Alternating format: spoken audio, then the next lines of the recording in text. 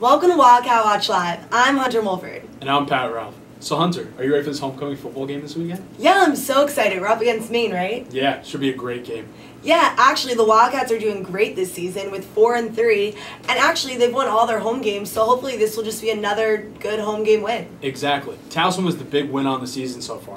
Unfortunately, the Cats are coming off a tough loss last week against New Hampshire, but a win this weekend would be really good for the Cats. Yeah, especially in front of all the alumni at homecoming. Oh, exactly. The big thing for the Cats will be getting to the playoffs. With John Robertson leading the way, a win this weekend will really help. Yeah. So, leading into some other winning ways, here's Jackie with the men's and women's soccer report. Thanks, Pat. Last Saturday, the Villanova men's soccer team matched up with number 12 Creighton. Villanova senior Dylan Rena scored a game-winning goal with 32 seconds left in the first overtime, giving the Wildcats a 1-0 victory. This was a big win for the Wildcats, upping their Big East score to 2-3 and their overall record to 7-6-1. And I want to give a ton of credit out to Villanova goalkeeper Andrew Weekly, who made 3 saves during the game, which contributed to the overall win. This big effort by Weekly led him to be named Big East goalkeeper and Philadelphia Soccer 6th Defender of the Week. Congrats! And now on to Villanova women's soccer. They competed against the Seton Hall Pirates in South Orange, New Jersey, but unfortunately they did not come out with the win. Both teams played aggressively in the first 20 minutes of the game, which actually resulted in a red card to sophomore Emily Damstrong, leaving the Wildcats to play man down for the remainder of the game. The Pirates took advantage of this red card, and they scored 2 goals in the first half and 3 in the second, with an overall score of Villanova 0 and the Pirates 5. You'll get them next time, girls. And now here's Pat with volleyball and field hockey. Thanks, Jackie. The volleyball team took care of business this past Friday at home against the Red Sword of St. John's with an impressive 3-1 win in Big East play. The Wildcats won with set scores of 25-17, 25-22, 25-27, and ultimately 25-22. Sophomore Lauren Carpenter led the way for the Wildcats with a career-high 24 kills and 7 digs, while fellow sophomore Gabby Pethakokis added 13 kills in the match. The Wildcats also got big production in the match from sophomore Emma Pettit's 50 assists and freshman Claire Crutchfield's 14 kills. Unfortunately, the Wildcats' successes were brought to a halt Saturday night here at Jake Nevin when they were knocked off by the Pirates of Seton Hall by a score of 3-1, which includes set scores of 23-25, 25-16, 24-26, and ultimately 23-25. Carpenter had 18 kills to lead the Wildcats, while Pethakokis had 11, and senior Myra Handley added 25 digs to the cause. The Wildcats are now 7-2 at home on the season, 11-9 overall, and 3-4 in Big East play. Next up for the Cats this weekend is 2 huge road games. First on Saturday at Marquette and Sunday at DePaul. In field hockey news, this past Saturday, the Villanova field hockey team was knocked off by the Providence Fires by a score of 2-1. Junior back Maddie Harding had the lone score in the game for the Wildcats in the 63rd minute, as the Cats were outshot by the Friars 14-4 in the contest. Harding's goal was their team-high 6th on the season. The Wildcats fell behind early in the contest, as the Friars already had both of their goals on the board before the 30th minute even approached. Villanova senior goalkeeper Alex Deitman kept the Wildcats alive with her 9 saves in the game, including 7 in the first half. The loss drops the Cats to 3-10 overall and 0-5 in Big East play. Next up for the Cats is their last home game of the season, this Saturday at noon against the number 17 ranked Louisville Cardinals. Now for some news on tennis and softball, here's Hunter. Thanks, Pat.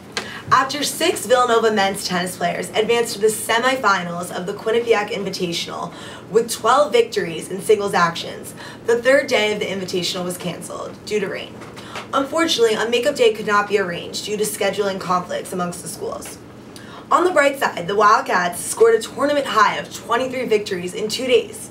On Friday, October 5th, Thomas O'Brien and Kelly Donaldson won the Flight A Doubles Draw Championship. Tim Abrasciamento and Mark Miller also dominated in the Flight B Doubles Draw for their first championship this fall. This invitational concludes the men's tennis season, but we can look forward to their return in February for dual action play. The women's tennis players have also been killing it on the courts. At the St. Joe's Invitational, the Wildcats earned 11 victories. Nicole Coons, Allison Coons, and Mikkel Mancini reached their respective draws semifinals. Gianna Mitchell took the runner-up spot of the singles Flight 5 consolation game bracket. Great job, ladies! In softball news, the Wildcats ended their 8-game fall season with an overall record of 3-4-1. The girls faced some difficult battles, especially up against Lehigh and Delaware. The players have developed a lot this year, especially with the addition of 8 new freshmen. The team is excited for their upcoming spring season. Now on to Matt with cross country and golf. Thanks, Hunter. Women's cross-country teams had an interesting fall so far. They placed third in their first scored event at the Paul Short Invitational, and most recently at the pre-NCAA meet, they got 16th place. Georgetown ended up winning that meet, but Villanova got strong performances out of seniors Emily Lipari, who placed 7th overall with a time of 20 minutes and 17 seconds, and Nikki Adande, who came in 21st with a time of 20 minutes and 39 seconds. The men's cross-country team has also been doing very well this fall. In their first scored meet, they got 2nd place. It was actually at the Chili Pepper Festival meet in Fayetteville, Arkansas, losing only to the 6th-ranked University of Arkansas Razorbacks. And then they also just competed at the Princeton Invitational, where they took 1st overall and totally dominated the event with 6 of their racers being in the top 12 of the entire race.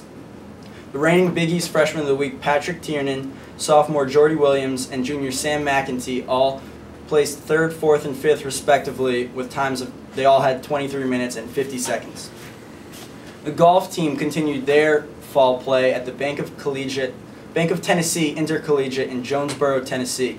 It was hosted by East Tennessee State University, and teams like Army, Memphis, Virginia Tech, and Villanova, among others, all showed up to play. Virginia actually won the team competition, and Virginia Tech's Scott Vincent won the individual competition with a 3-day score of 203 strokes. Freshman Peter Mandich led Villanova with a 3-day total of 235.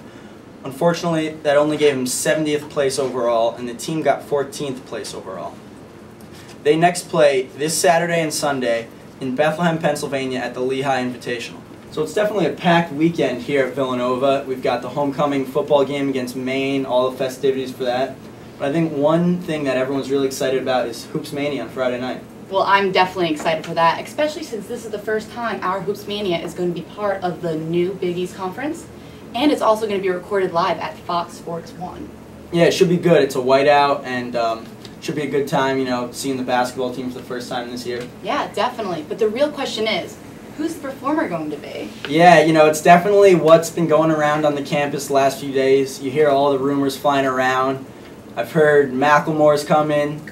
I know people were thinking about Cousin Terrio, Vine Sensation. I heard Bruce Springsteen. We'll see about that. Yeah. But, you know, I think I've got a sneaking suspicion that it's going to be Kendrick Lamar showing up at the Pavilion Friday night for the surprise performance. Well, you know, we'll find out tomorrow. But that's it for this week's episode of Wildcat Watch Live. For Pat, Hunter, Matt, and myself, catch us next time. Go Cats!